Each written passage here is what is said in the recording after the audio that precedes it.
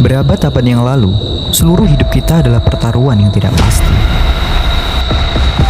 Jika tiba-tiba ada singa di hadapan kita, pilihannya hanya lawan atau lari. Jika ada mangsa, kita akan mengerahkan tenaga untuk memburunya.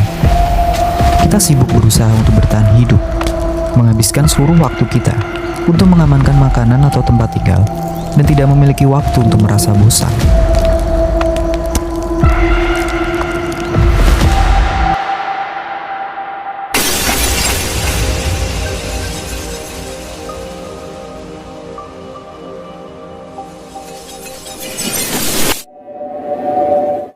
Tapi semua berubah saat manusia mulai membangun peradaban yang kita kenal seperti sekarang.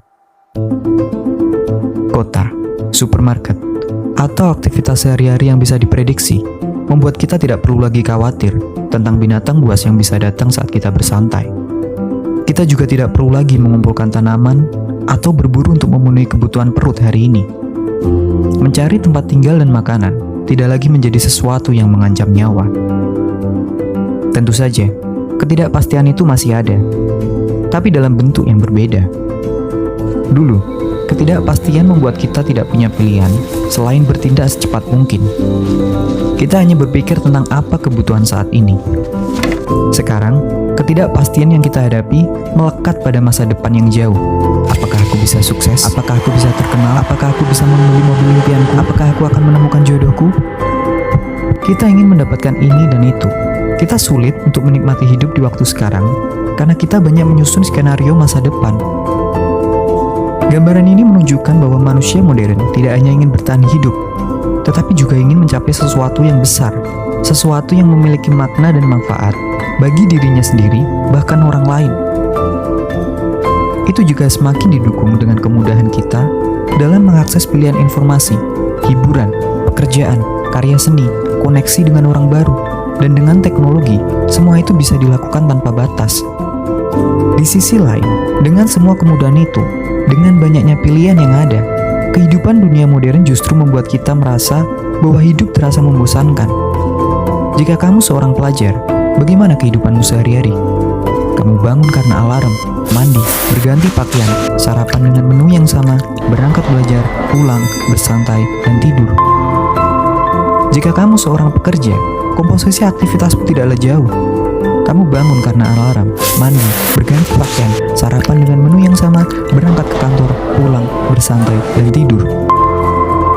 Meskipun kita mengusahakan banyak hal di antara kegiatan-kegiatan monoton itu, meskipun pada akhirnya kita berdiri di tempat yang kita ingin tuju, di satu titik, kita masih berteriak dalam hati, apakah hanya ini? Kenapa? Kenapa semua kemudahan ini justru memperbesar kebosanan daripada mengecilkannya? Bagaimana cara membuat hidup kita lebih menarik?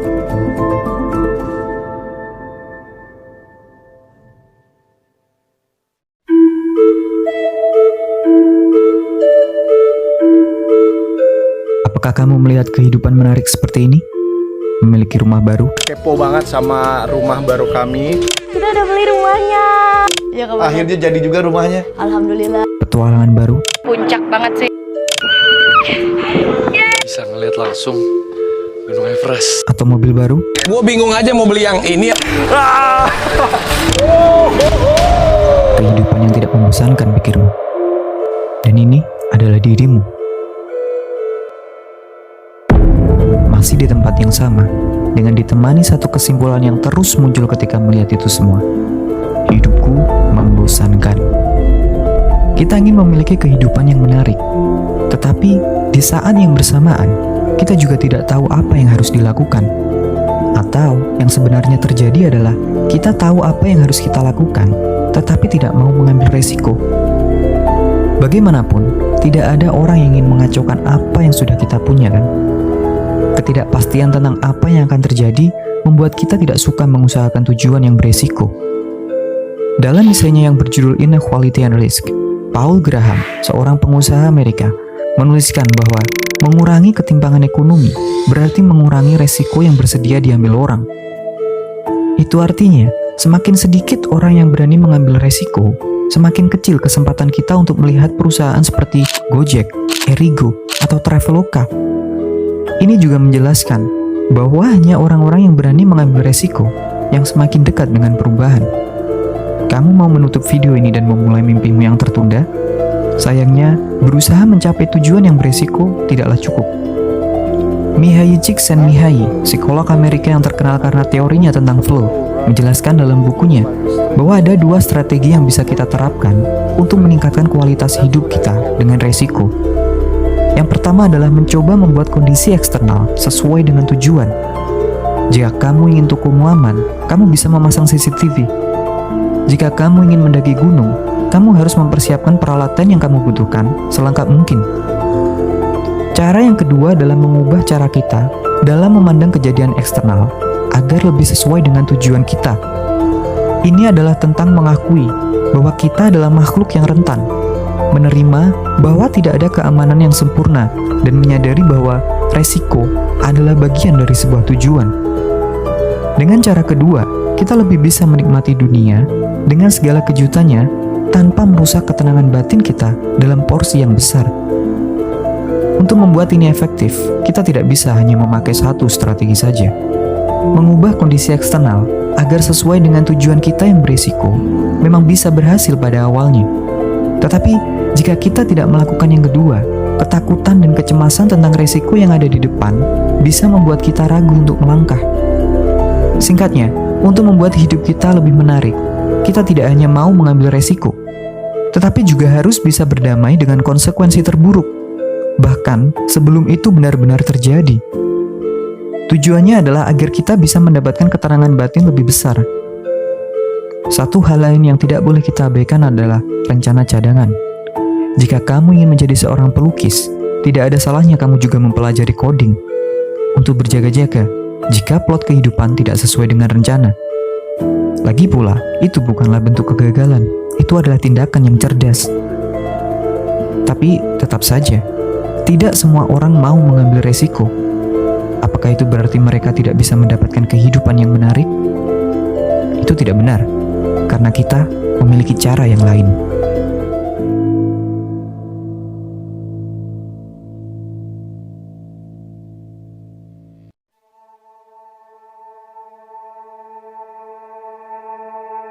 This was that big idea, that light bulb moment for me that totally flipped my thinking around.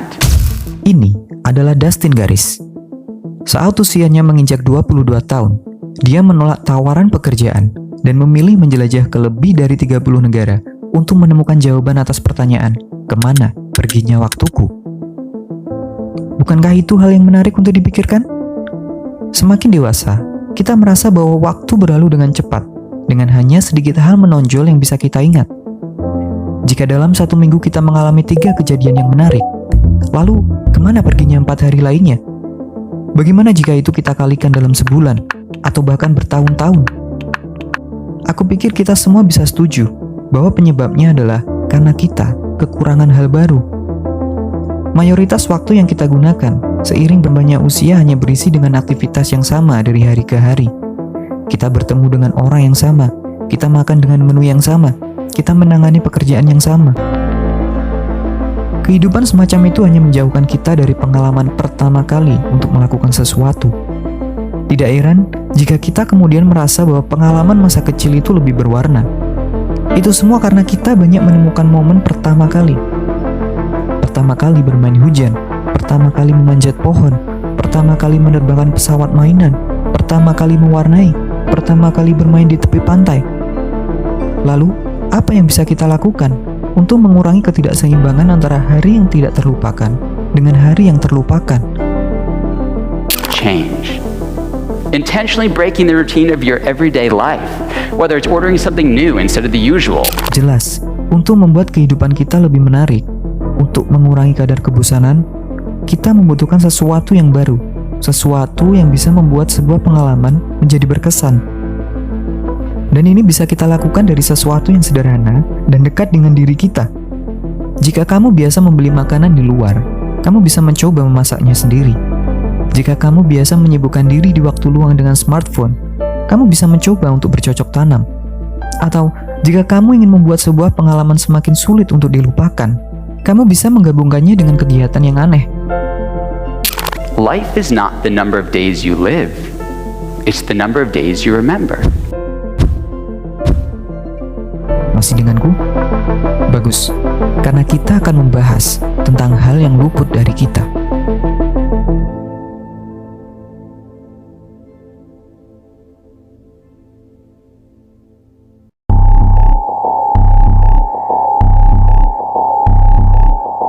Mengambil resiko dan melakukan hal baru memang bisa kita gunakan untuk meninggalkan kehidupan yang monoton.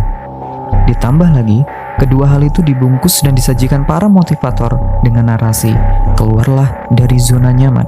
Nah, zona nyaman itulah yang harus kita hindari, yang membuat Anda And terlena. the it's fine is the tell of the comfortable life. It's the tell that there must be something more. To move out of your comfort zone. Comfort zone may be what is holding you back from real growth, real accomplishment, and your potentially exciting and rewarding future. Expand yourself. Take yourself out your comfort Musuh zone. terbesar dari kehidupan yang hebat adalah zona nyaman. Apakah kamu merasa bersemangat? Apakah kamu siap meninggalkan semua rutinitasmu yang membosankan itu? Tunggu. Mari kita menyelaminya lebih dalam.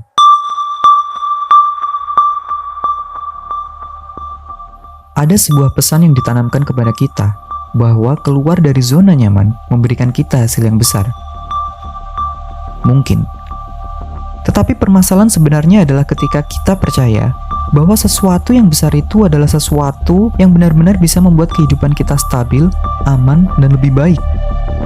Katakanlah kamu keluar dari zona nyaman dan mendapatkan apa yang kamu inginkan. Di sana, kamu menemukan dua tempat.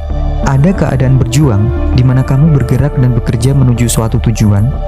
Kemudian ada keadaan berhasil, yaitu ketika kamu mencapai tujuan tersebut. Sekilas, keadaan berjuang adalah keadaan yang tidak stabil, dan keadaan berhasil adalah keadaan yang stabil. Tapi, itu bukan cara kerja yang sebenarnya. Berhasil mencapai tujuan justru hanya menciptakan ketidakstabilan, karena ketika sesuatu dicapai, itu akan menjadi statis dan memudar. Sebaliknya, keadaan berjuang adalah keadaan yang dinamis. Kamu selalu bergerak, dan itulah yang membuatmu merasa lebih hidup. Ini bukan mengartikan bahwa mencapai tujuan adalah sesuatu yang sia-sia. Ini semacam pengingat untuk kita semua, bahwa sebenarnya bukan pencapaian yang membuat kehidupan kita menarik, tetapi proses mendapatkan pencapaian itu. Kenapa ini terjadi? Alasan pertama adalah karena manusia tidak hanya mengembangkan kapasitas untuk mengatur impuls defensif dan destruktif, tetapi kita juga mengembangkan kapasitas untuk memahami hal yang tidak diketahui. Dan salah satu yang mendorong kita untuk tergerak, mengeksplor hal baru, terlepas itu beresiko atau tidak, adalah zat kimia di dalam otak yang disebut sebagai dopamin. Sayangnya, kita masih salah memahami fungsi dopamin ini. Dopamin bukanlah zat yang menghasilkan kebahagiaan. Peran utama dopamin adalah membuat kita menginginkan sesuatu tanpa harus menyukainya. Dopamin bukan hanya tentang antisipasi hadiah. Itu memicu perilaku yang diarahkan pada tujuan yang diperlukan untuk mendapatkan hadiah. Dopamin mengikat nilai hadiah untuk pekerjaan yang dihasilkan. Dengan kata lain, dopamin bukan tentang kebahagiaan hadiah. Ini tentang kebahagiaan mengejar hadiah yang memiliki peluang yang layak untuk terjadi. Kedua, karena fenomena yang disebut sebagai hedonic adaptation, yaitu kecenderungan manusia untuk segera kembali ke tingkat kebahagiaan dasar setelah mengalami kejadian positif atau negatif. Di saat kamu mengambil resiko, tingkat kebahagiaanmu rendah dan akan merasakan kekhawatiran pada awalnya. Tetapi setelah menjalani proses, kamu akan kembali ke tingkat kebahagiaan dasarmu. Dalam cerita lain, ketika kamu berhasil, tingkat kebahagiaanmu ada di atas. Tetapi seiring berjalannya waktu, mobil barumu, gadget terbarumu, atau kemenangan besarmu akan menjadi normal baru yang membosankan. Sekali lagi, kamu kembali ke tingkat kebahagiaan dasarmu. Jika tidak menyadarinya, hedonic adaptation bisa menempatkan kita pada posisi yang tidak bebas. Setelah mencapai tujuan, kita akan membuat tujuan baru yang harus dipenuhi. Kita meyakinkan diri bahwa tujuan baru yang ada akan berbeda dan memiliki hadiah yang lebih besar daripada sebelumnya. Kita menginginkan lagi, dan lagi tanpa pernah merasa puas. Tidak ada yang benar atau salah di sini, tetapi bagiku, hidup dalam skenario seperti itu sangat melelahkan fisik dan juga mental. Kita seperti berlari di atas treadmill. Tidak peduli seberapa cepat kita berlari, kita akan berada di tempat yang sama.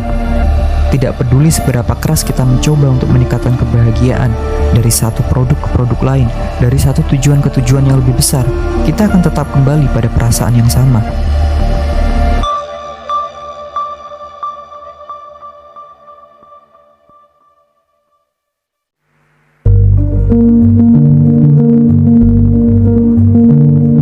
Beberapa orang sering menjelek-jelekan kata rutin karena itu diasosiasikan dengan sesuatu yang monoton, membosankan, buruk, dan tidak berkembang. Lalu, bagaimana kamu mendefinisikan kehidupan orang ini? When you heard those words, you could be on the Olympic team in 4 years at age 11. I mean, was it hard to wrap your brain around that? I mean, as an 11-year-old kid, you're like, oh, cool, like, yeah. Ini adalah Michael Phelps, mantan perenang Amerika. Sebagai atlet profesional, rutinitas Phelps sangat-sangat membosankan. Wake up at probably 6:15, go to the pool, swim from 7 to 9, lift 3 days a week, 9 to 10, lift Monday, Wednesday, Friday. Have afternoon workout, either it's 2 to 4 or 4 to 6. So it's wake up, swim, eat, sleep, swim. About my typical day. Nothing too exciting. Kamu tahu hasil rutinitas yang membosankan itu? Michael Phelps menjadi perenang paling sukses dan paling banyak mendapatkan penghargaan dalam sejarah Olimpiade dengan total 28 medali, di mana 23 diantaranya adalah emas. Michael Phelps mengambil hidup yang dianggap membosankan bagi orang lain, tetapi bagi dirinya, itulah kehidupan yang sejalan dengan siapa dia dan apa yang dia butuhkan.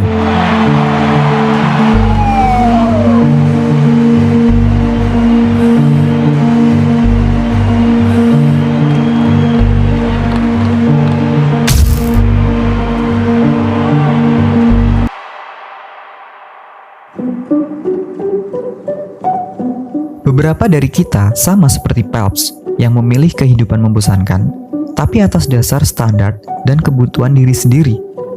Sedangkan beberapa yang lain terobsesi membuat kehidupan menarik atas dasar standar orang lain.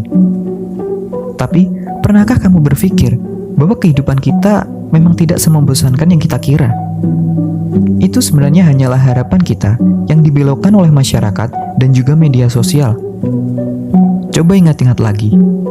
Apakah kamu pernah menemukan momen yang sebenarnya membosankan saat mengalaminya, tetapi menjadi mengesankan ketika kamu mengingatnya kembali di masa kini? Kamu tersenyum ketika mengingat motor butut yang sering mogok ketika menemanimu berangkat ke kantor. Kamu terkesan ketika melihat noda kecap di kaos putih saat makan di warteg dengan teman-temanmu. Bukankah semua aktivitas-aktivitas itu adalah aktivitas monoton yang sering kita lakukan? Tetapi ada perasaan berbeda ketika kita mengingat kejadian yang sama dengan variabel lain. Dalam dunia yang kompetitif ini, kita seakan-akan dituntut agar cepat dalam melakukan segala hal jika ingin tetap bertahan dan relevan. Kita ingin mendapatkan promosi jabatan dengan cepat. Kita ingin mendapatkan jodoh dengan cepat. Kita ingin mendapatkan barang impian dengan cepat. Akibatnya, kita tidak bisa lagi mengapresiasi sesuatu yang lambat. Kita menganggap lambat adalah kemunduran, lambat adalah kekalahan. Padahal, untuk mendapatkan detail penting yang bisa memberi warna dalam setiap peristiwa hidup, kita perlu melambat. Dalam ajaran Buddha, orang diajarkan untuk mengunyah makanan secara perlahan. Itu tidak hanya tentang menyadari setiap suapan, tetapi juga menikmati setiap rasa dari komponen makanan. Di sini, kita menjadikan aktivitas makan sebagai latihan untuk memperluas kesadaran dengan memperhatikan sensasi setiap gigitan makanan. Praktik melambat ini disebut sebagai mindful awareness atau memperhatikan apa yang terjadi ketika sesuatu terjadi. Bagiku, kebanyakan dari kita tidak menyadari, tidak hanya tentang apa yang kita bicarakan, tetapi juga tentang lingkungan kita, warna-warna di sekitar kita, orang-orang, bentuk pepohonan, awan, pergerakan air. Mungkin karena kita terlalu peduli dengan diri kita sendiri, dengan masalah kecil kita sendiri, ide-ide kita sendiri, kesenangan kita sendiri, pengejaran dan ambisi kita yang tidak kita sadari secara objektif. Kita tidak menyadari hal-hal lahiriah atau hal-hal batiniah. Jika kamu ingin memahami keindahan seekor burung, seekor lalat, atau sehelai daun, atau seseorang dengan segala kerumitannya, kamu harus memberikan seluruh perhatianmu yang merupakan kesadaran. Dan kamu dapat memberikan seluruh perhatianmu hanya ketika kamu peduli, yang berarti bahwa kamu benar-benar mencintai pemahaman. Kemudian kamu memberikan seluruh hati dan pikiranmu untuk mencari tahu. Mindful awareness adalah tentang keluar dari keotomatisan dalam tindakan monoton kita. Kita tidak hanya lari pagi, tetapi juga memerhatikan suara burung, anak-anak yang bermain di taman, atau juga kerja keras seorang kakek yang masih bersemangat berjualan. Kita tidak hanya mencuci mangkuk, tetapi juga merasakan gerakan spons yang melingkar, busa yang terlalu banyak, atau juga suara air yang mengalir. Mindful awareness dapat membantu kita menjalani hidup monoton dengan lebih menarik hanya dengan memperhatikan detail dari pengalaman biasa. Artinya, kita tidak harus selalu mengambil resiko. Kita juga tidak harus selalu menambah elemen baru. Yang kita butuhkan hanyalah perhatian penuh untuk menciptakan keadaan waspada, menyadari apa yang terjadi saat sebuah peristiwa terjadi, tidak menghakimi, tidak diambil alih oleh harapan yang tidak realistis, tidak reaktif, dan merasa puas dengan apa yang terjadi kepada kita saat itu. Mungkin cara ini tidak bisa membuat kita mengalami kebahagiaan dengan tingkat yang tinggi, seperti saat kita berhasil mencapai tujuan yang berisiko atau melakukan hal baru. Tapi berdasarkan apa yang aku alami, cara ini adalah salah satu cara terbaik untuk meminimalisir keinginan kita yang tidak pernah habis. Cara ini tidak hanya mengajari kita untuk beradaptasi tentang kebenaran di depan kita, entah itu tentang preferensi, nilai, tujuan, atau kemampuan pribadi. Cara ini juga bisa membuat hidup kita lebih tenang, karena hanya sedikit hal yang kita khawatirkan. Pada akhirnya, semua ini adalah sebuah pilihan pribadi. Dengan kerumitan pikiran dan latar belakang hidup seseorang, setiap dari kita akan bertindak secara berbeda. Jika kamu memiliki fasilitas yang memadai, kamu bisa mencoba untuk mengambil resiko. Jika itu terlalu berat, kamu masih bisa menambah elemen baru di setiap aktivitasmu. Jika masih terlalu repot, kamu bisa latihan mindfulness di setiap rutinitas yang kamu lakukan. Atau kamu bisa mengombinasikan semuanya. Yang pasti, apapun usaha yang kita lakukan, hidup akan selalu diselingi dengan kebosanan, dan itu bukanlah hal yang buruk. Kebosanan adalah sebuah alarm bahwa harus ada yang kita ubah, dan kualitas hasilnya ditentukan dari seberapa baik kita berdansa dengannya.